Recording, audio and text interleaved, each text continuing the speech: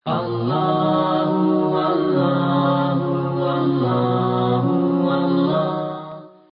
مرتضیٰ اپنے زمانے کے فل فلیج مرجع تھے. کیسے ان کی فضیلت آپ تک پہنچاؤں میرے پاس الفاظ نہیں. ان کے ایک شاگرد تھے شیخ طوسی، جو اپنے استاد کے بعد خود اتنے بڑے مرجع بنے. نجف کا حوضہ کس نے بنایا؟ شیخ طوسی نے، کیونکہ لوگوں کو زیادہ ان کے بارے میں پتہ نہیں. اسی لیے جب لوگ وادی السلام کے قبرستان کی زیارت کو جاتے ہیں، سب سے پہلی قبر شیخ طوسی کی ہے، اس کو تو ایسا نظر انداز کر کے آگے بڑھ جاتے. مولا کے حرم سے نکلے، اس دروازے کا نام بھی باب طوسی، جس سے میتیں آتی. اگر آپ ذرا یاد کیجئے، نجف ذہن میں لے کر آئیے. آپ میں سے تو ہر ایک زیارت کیے ہوئے ہیں نا. آپ مولا کے روضے کے ذہن میں بیٹھے، میتیں آ رہی ہیں، میتیں آ رہی ہیں، باب طوسی. جیسے ہی نکلیں گے، لیفٹ سائڈ پر جو مسجد گنبد بھی ہے، اس کے اوپر وہ شیخ طوسی کی قبر.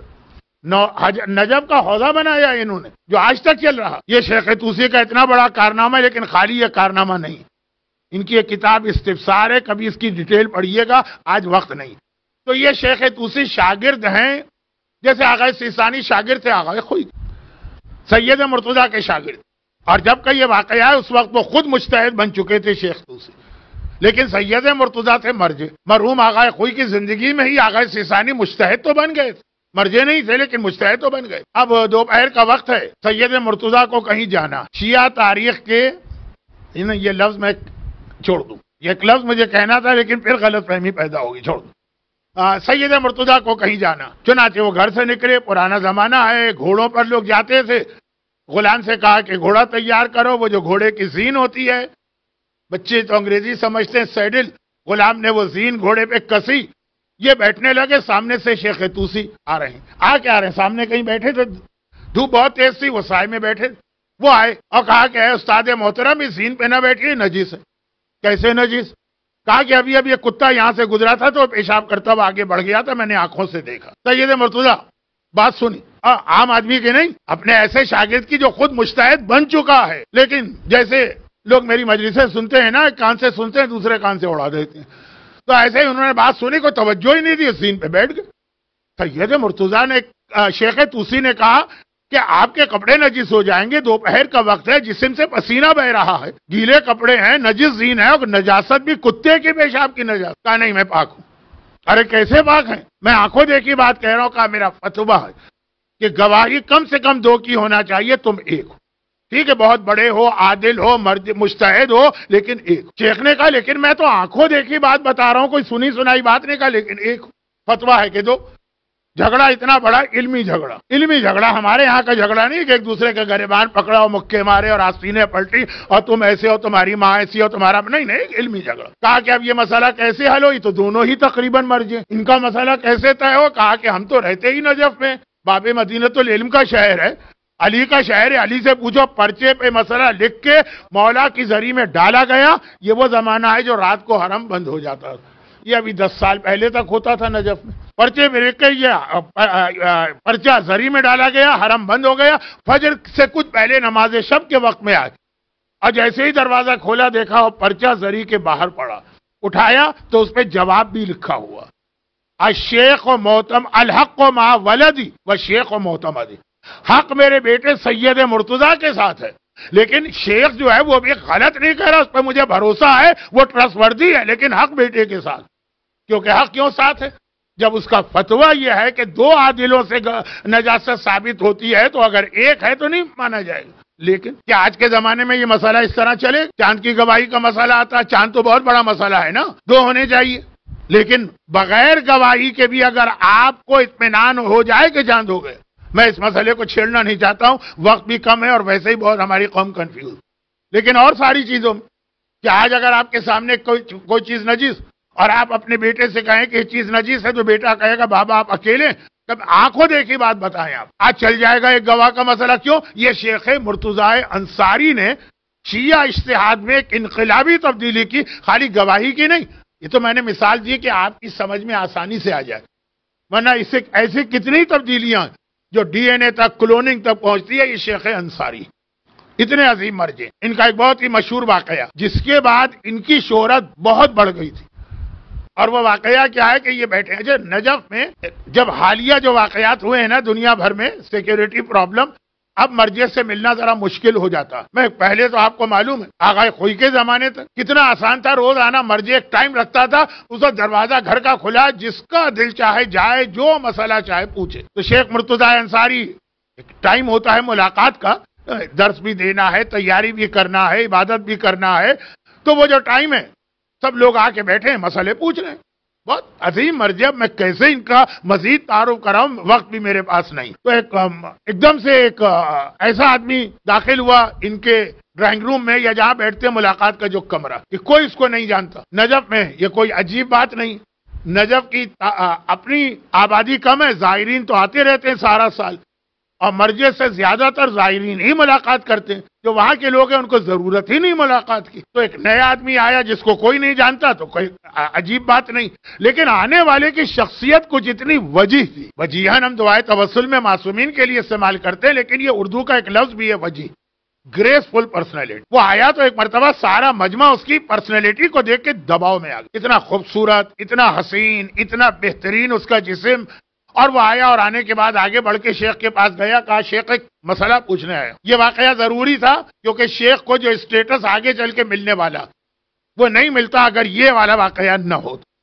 اور شیخ ایک بڑی انقلابی تبدیلی لانے والے فقہ میں, وہ نہیں آ سکتی تھی اگر ان کی شخصیت اتنی طاقتور ثابت نہ ہوتی. اور وہ اس واقعے سے, دو واقعات ہیں لیکن یہی والا وقت نہیں. آنے کے بعد کہا کہ یا شیخ ایک مسئلہ مجھے پوچھنا ہے کہ اگر کسی عورت کے شوہر پر عذاب خدا آئے اور وہ مسخ ہو جائے تو اس کی عورت کی کیا ذمہ داری؟ یہ تو ایک ایسا عذاب خدا کا طریقہ ہے جو معتبر روایتوں سے بھی ثابت ہے. ارے روایتیں تو ٹھیک, ان کی عظمت تو ہے ہی, قرآن تک سے ثابت. کونو قردۃ خاسئین, کہانی قرآن کی آیت میں نے پڑھی ہے نا, قرآن کی. بندر ہو جا, یہ بنی اسرائیل کی قوم سے اللہ نے کہا بندر ہو جاؤ, بندر ہو گئے. یہ عذاب ہے, انسان کو جانور بنا دی. بلکہ ہمارے یہاں ایک مسئلہ ہے کون کون سے جانوروں کا گوشت حلال ہے, کون سے حرام ہے. تو پرندے جو اڑنے والے ہیں اس میں سے کچھ اصول امام نے بتائے. وہ پر زیادہ ہلاتا ہو, پر کو روکتا کم ہو, اور اس کے ایک پوٹا ہو, کچھ اصول. جو چوپائے ہیں اس میں کوئی اصول نہیں. ایک روایت ہمارے یہاں پڑھی جاتی ہے لیکن وہ روایت ثابت نہیں, کہ بیٹھتا ہو تو گھٹنے موڑ کے, پانی پیتا ہو تو ہونٹوں سے نہیں. کوئی اصول نہیں. نام ہے خالی کہ یہ جانور حلال ہیں, یہ جانور حرام ہے. پرندوں میں نہیں, پرندوں میں ایک اصول ہے. نام بھی ہیں لیکن ایک اصول کے تحت. اس میں سے ایک اصول یہ ہے کہ ممسوخات جتنے ہیں نا وہ حرام. اتنی معتبر روایت ہے کہ سارے مجتہدین کا فتویٰ ممسوخات حرام ہے. یعنی وہ تمام جانور جو پہلے کوئی قوم تھی, اللہ نے عذاب بھیج کے ان کو جانور بنا دی. ہاتھی ایک قوم تھا یا قوم تھی, ایک آدمی تھا. شیر ایک آدمی تھا. لومڑی ایک آدمی تھا. تھی کا میں اس وقت نہیں فیصلہ کر پا رہا ہوں. خرگوش ایک عورت تھی. کسی نے کہا کہ مولانا یہ سمجھ میں نہیں آتا, خرگوش تو بہت خوبصورت جانور ہے, پتہ نہیں انگریزی میں کیا کہتے ہیں, کہیں ریبٹ, کہیں بنی, کہیں ہیئر, پتہ نہیں کیا لفظ, چھوٹے بڑے کا شاید فرق ہے. تو بہت خوبصورت جانور لگتا ہے ہمیں. حرام ہے کیونکہ یہ ممسوخات. میں نے کہا وہ عورت کے بارے میں بھی ہے کہ بڑی خوبصورت عورت, اللہ نے اسے جب جس جانور میں بنایا تو وہ خوبصورتی برقرار رکھتے ہوئے بنایا. اور اس کی غلطی کیا تھی؟ وضو غسل ٹھیک نہیں کرتی. یہ ہمارے یہاں بھی آج کل بہت سی عورتیں غلطی کرتی ہیں. وضو کر رہی ہیں, خالی وضو کرنا تو کافی نہیں, صحیح ہونا چاہیے. غسل میں تو اور میں نے عورتوں کو غلطی کرتے دیکھا, لیکن یہ ممبر مسائل بیان کرنے کا وقت نہیں ہوتا ہے, اس لیے آگے بڑھتا ہوں.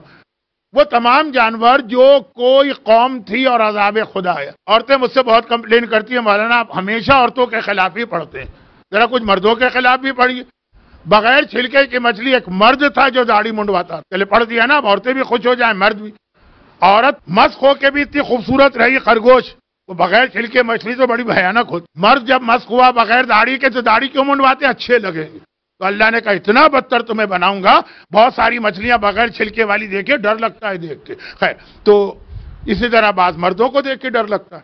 تو واپس آ جائیے اصل مسئلے پر, کہ عذاب خدا کا ایک طریقہ کہ کسی جانور بنا دیا, کسی کو پتھر بنا دی. دنیا کے کئی علاقوں میں وہ پتھر ہیں جو کوئی انسان تھا. اچھا, وہ جو جانور بنائے گئے انسان, وہ زندہ نہیں رہے, یہ ان کی نسل نہیں ہے ہاتھی, وہ تو مر گیا. ڈارون کی تھیوری صحیح نہیں ہے, وہ تو مر گیا. لیکن پھر اسی شکل میں آدمی, اللہ نے ایک نئی جانوروں کی نو یا اسپیشی پیدا کی تاکہ اس کو دیکھ دیکھ کے عذاب خدا سے ڈرتے رہو. بغیر چھلکے کے مچھلی دیکھو, عذاب خدا سے ڈرو.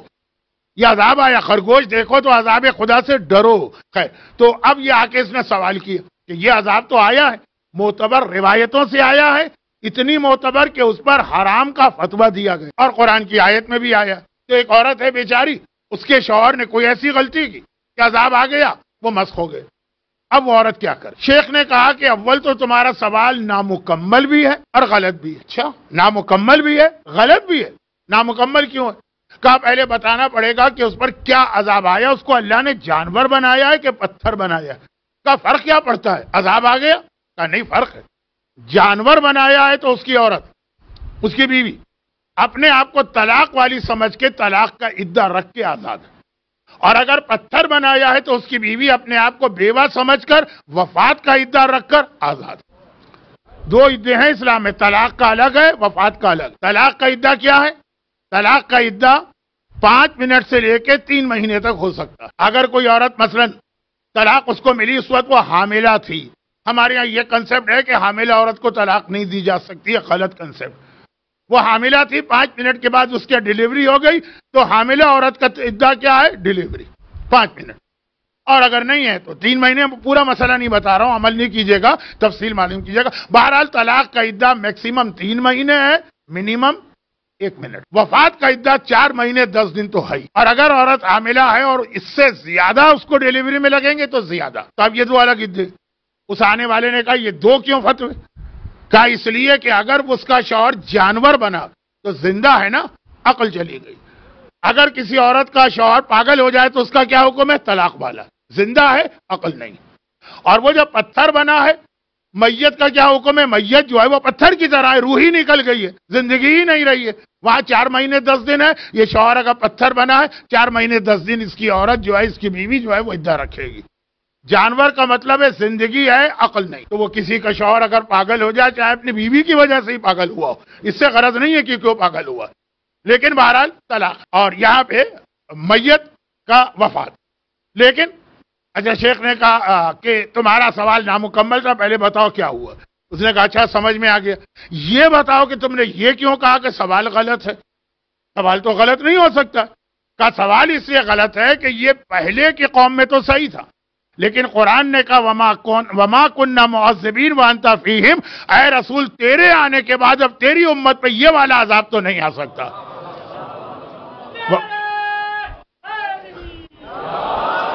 وفات رسول خدا کی تاریخ بھی ہے، اس لیے ذہن میں رکھ کے یہ بات سنیے. پیغمبر کا ایک بڑا احسان یہ کہ وہی سارے گناہ جو موسیٰ اور عیسیٰ اور ابراہیم کی امت کرتی تھی، عذاب آتا تھا، وہی گناہ ہم کر رہے ہیں. رسول کے وجود کی برکت سے وہ والا عذاب ہم پہ نہیں آتا ہے. تو کہا کہ آج یہ عذاب ممکن ہی نہیں ہے. وہ مسکرایا، سوال کرنے والا مسکرایا اور کہا یا شیخ انتا مجتہد حقا، میں گواہی دیتا ہوں کہ یقیناً تو مجتہد ہے. اب لوگ چوکے. آغا سیستانی کوئی آ کر کہے کہ میں آپ کو مجتہد مانتا ہوں، یا آغا خوئی کو چوکیں گے. یہ جملہ تو ان سے بڑا ہی آدمی کہہ سکتا. یہ کون کہہ رہا؟ دیکھا تو کوئی نظر نہیں آ رہا، غائب غائب. سب کے سامنے تھے، بات چیت ہوئی ہے، سوال پوچھا، سوال کے جواب میں اعتراض کیا، اعتراض کا جواب ملا، غائب. سمجھ گئے کہ یہ خصوصیت تو دنیا میں ایک ہی شخصیت کی ہے کہ جو امام غائب ہے. یہ امام زمانہ آئے تھے جو شیخ کو مجتہد کی سند دے کے گئے. یہ ہے شیخ. اچھا درود بھیجو محمد والے میں. ایک ریکویسٹ ہے کہ یا تو آپ لوگ درود بھیجا نہ کریں، یا بھیجا کریں تو بھرپور بھیجا کریں. وہ جو اس سے پہلے والا تھا لگ ہی نہیں رہا ہے کہ درود تھا. اب یہ ٹھیک تھا.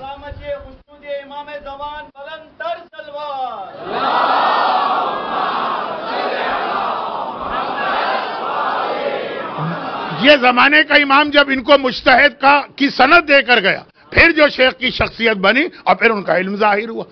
اور مولا کا بھی ایک واقعہ ہے، لیکن چونکہ میرا موضوع شیخ مرتضیٰ نہیں، خود پیغمبر کے حوالے سے ذکر تھا کہ پیغمبر کا احسان ہم پر کیا ہے کہ خالی پیغمبر کا آنا ہمیں عذاب خدا سے بچا گیا.